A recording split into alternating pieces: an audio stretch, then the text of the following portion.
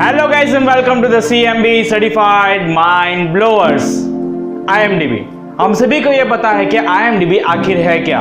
वो एक TV shows, gaming, movies, इन सभी को उनकी कास्ट को रिव्यू देता है और उनको रेटिंग भी देता है। लेकिन IMDb ही क्यों? IMDb यह टेलीविजन शोज, गेमिंग और मूवीज इन सभी का यह डेटाबेस है। IMDb यानी कि internet movie database. But who created IMDb? और दूसरी मेन चीज के IMDb की रेटिंग सिस्टम क्या है?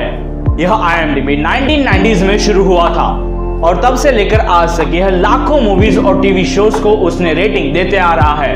आज हम इन्हीं सभी चीजों के बारे में बात करने वाले हैं कि IMDb कैसे शुरू हुआ, कहां से शुरू हुआ और किसने शुरू किया, और दूसरी मेन चीज की रेटिंग कैसे दी जाती है।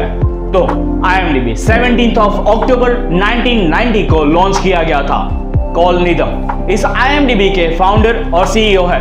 कॉल नीदम एक सॉफ्टवेयर इंजीनियर है जिनकी सिर्फ 14 की एज में अपनी खुद की एक सॉफ्टवेयर कंपनी थी।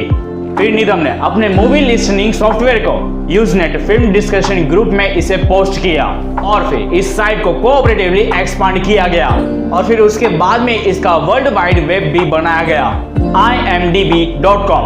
इसे जनवरी 1996 को शामिल किया गया और फिर उसके ठीक 2 साल के बाद में यानी कि 1998 में अमेज़न ने यानी कि जेफ बेजोस ने इस IMDb को परचेस कर लिया।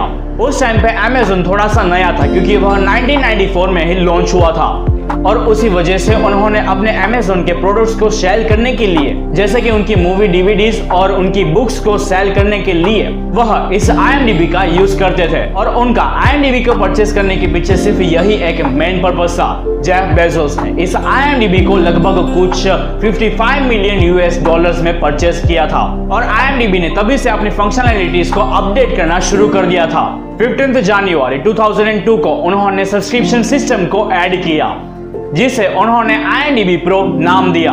इस IMDb Pro की अनाउंसमेंट 2002 को सनडांस फिल्म फेस्टिवल में इसे लॉन्च किया गया था और आज तक यानी कि 2020 तक इस IMDb में उसके डेटाबेस में लगभग 7.5 बिलियन जितने टाइटल्स हैं और उसमें एपिसोड्स भी इंक्लूड है और उसमें 10.4 जितने पर्सनालिटीज हैं और ये है उनका डेटाबेस और उनके 83 मिलियन जितने रजिस्टर्ड यूजर्स हैं।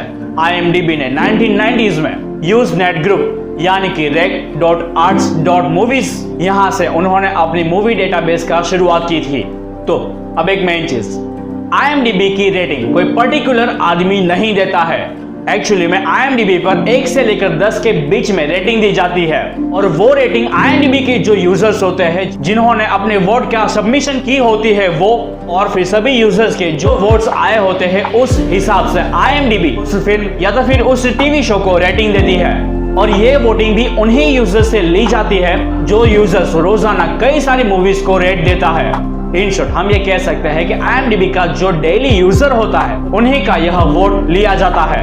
आज तक IMDb पे हाईएस्ट रेटिंग 9.2 की है और वो मूवी है द शॉशैंक रिडेम्पशन और यह मूवी 1994 में लॉन्च की गई थी और दूसरी हाईएस्ट रेटिंग है 9.1 और ये मूवी है द गॉडफादर जो 1972 में लॉन्च की गई थी।